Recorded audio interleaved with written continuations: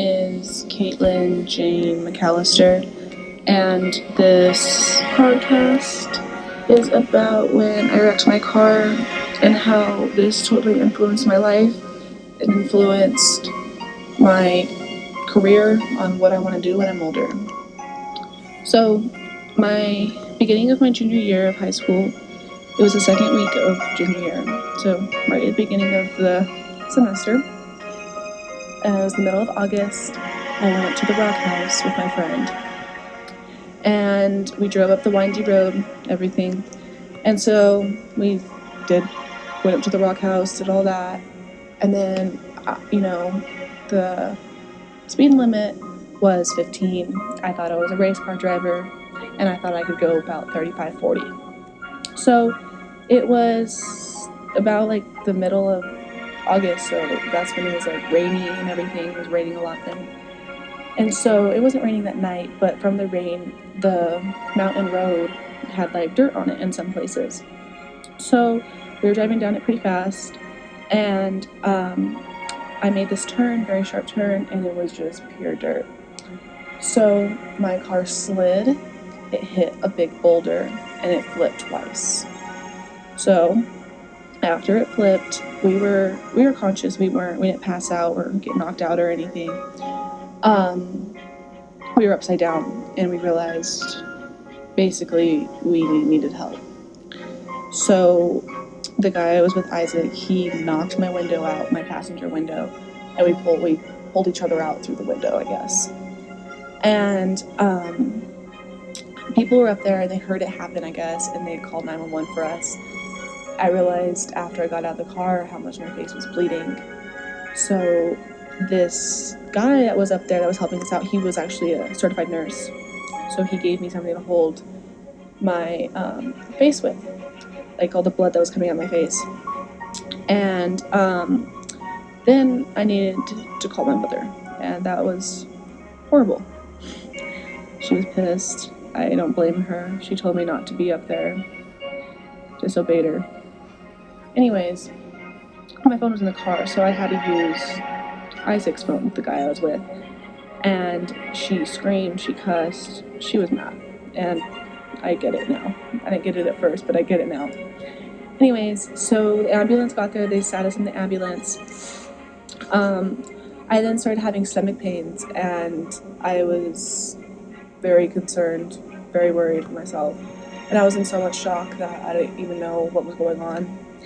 So the ambulance told my mom that I needed to be rushed to UNM Hospital, the trauma center.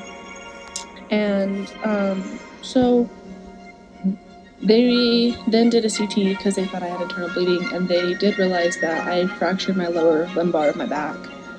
And so what they did is they did an MRI scan and everything. And I had the option if I wanted to put surgery and get concrete basically put into my back so it would straighten out. But I didn't want to go through that. So they gave me a brace to wear for six weeks. And then I was like, I can't breathe through my nose. My eye was swollen. I was almost 100% sure I broke my nose. So I get an EMT down there, and I did break my nose. So they basically did a reset my nose in the ER, and they gave me this weird drug. It was called ketamine. It was a horse tranquilizer, like that. It was horrible. I was freaking out. I was screaming.